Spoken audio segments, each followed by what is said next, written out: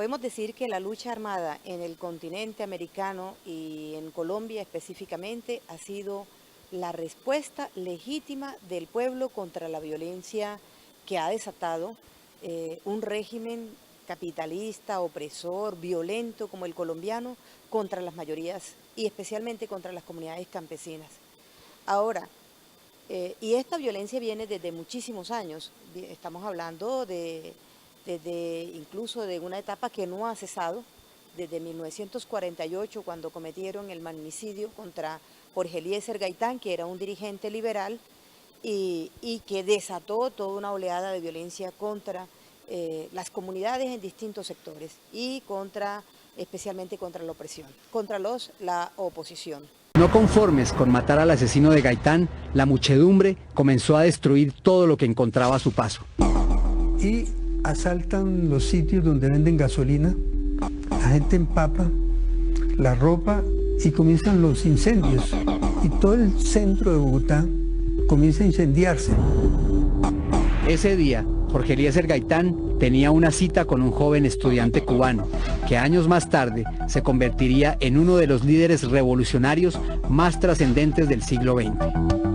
Ha sido denominado por los historiadores como la violencia al periodo comprendido entre 1947 y 1957, en el cual hubo un cruel enfrentamiento entre los partidos políticos conservador y liberal y otras fuerzas políticas de orientación comunista tras el asesinato de Jorge Eliezer Gaitán. Si bien la confrontación entre partidos apeló la forma constante al enfrentamiento, este periodo se caracterizó no solo por su crueldad, hubo cerca de 180.000 muertos, sino también por sus dramáticos impactos sociales, económicos y políticos.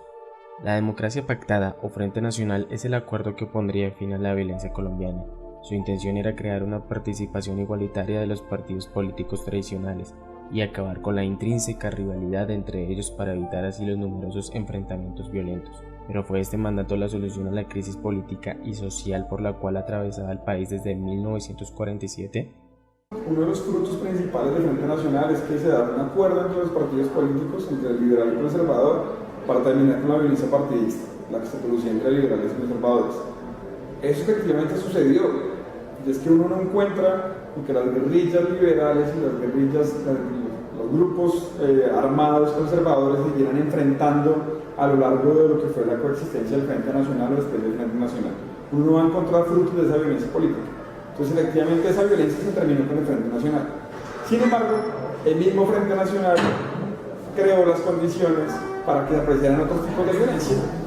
Y como va a ser, digamos, la aparición en el 60 de las FARC, el ELN y otros movimientos insurgentes que comienzan a aparecer y crear otras violencias, porque el Frente Nacional precisamente lo que fue una cerrazón de los caminos políticos, simplemente viendo como alternativa lo que es el liberalismo y el conservadurismo.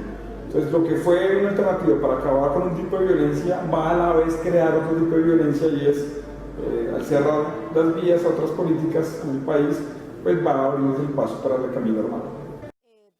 A partir de allí hay varias resistencias.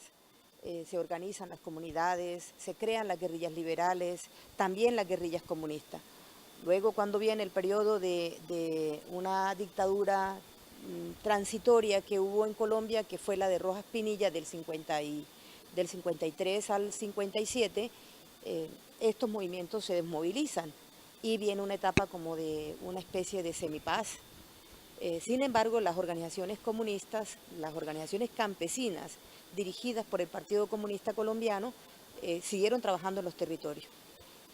Pero la represión no termina, realmente la represión sigue contra las comunidades, especialmente contra las comunidades organizadas, y es así como lanzan una ofensiva de aniquilamiento contra esas comunidades, contra esa población, específicamente la de Marquetalia en el año de 1964, y es cuando se crea las FARC, nace las Fuerzas Armadas, porque esas comunidades campesinas que estaban trabajando allí sus territorios, pues hacen resistencia y hacen resistencia armada.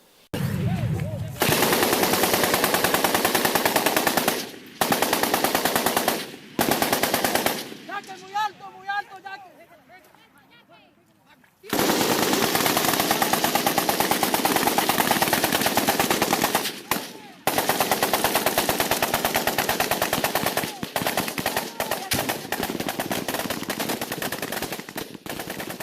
La participación de las FARC en el narcotráfico ha sido importante, en un porcentaje considerable en Colombia. Han manejado, depende de la región, no como un cartel propiamente de ellos, que manejen todas las características de lo que le definí como cartel, pero sí en algunas regiones tiene que ver con cultivos ilícitos, laboratorios, en otras con envío estratégico de corredores estratégicos de narcotráfico, envío de droga. Depende del área, asimismo tienen una función que cumplen en este eslabón criminal del narcotráfico.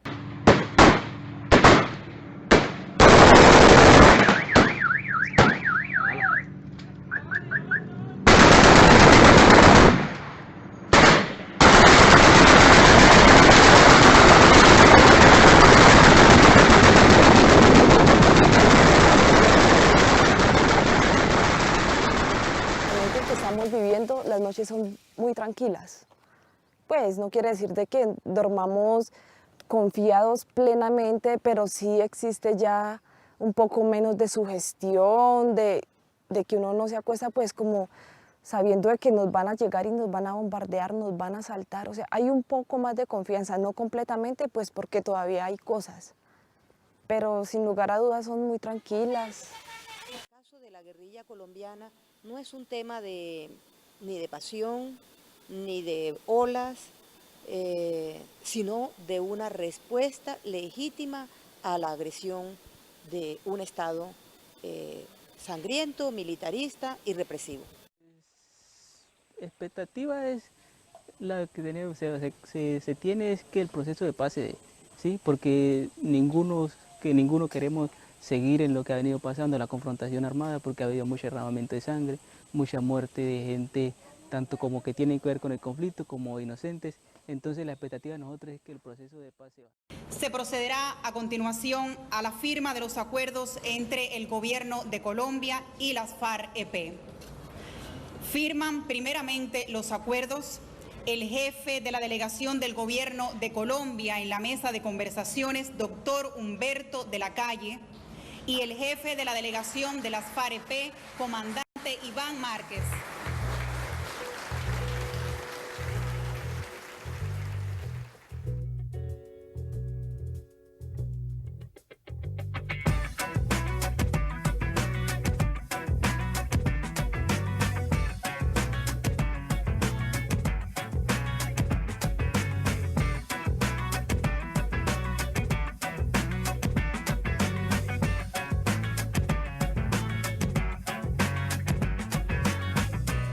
Te han quitado lo que tienes, te han robado el pan